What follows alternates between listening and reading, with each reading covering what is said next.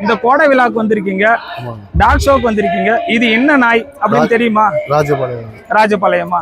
சரி, நான் அது வந்து ராஜபாளையன்றது வந்து தமிழ்நாட்டு நாய் தான். ஆனா இது ராஜபாளையம் கிடையாது, அது வேற நாய். சரிங்களா? இது வந்து கன்னி சிப்பி பறன்னு சொல்லுவாங்க பத்தியா?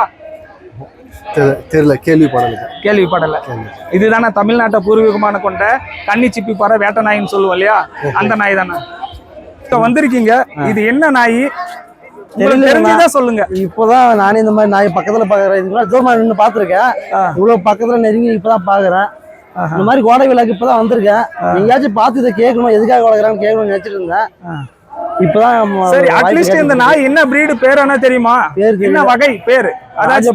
ராஜபாளையம் அப்படின்ற அந்த இது சைடு இல்ல பிரதர். ஓகே, சரி, ரைட், நீங்க சொல்றது கரெக்ட்.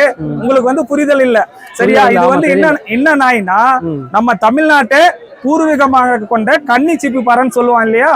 அந்த நாய் தான்.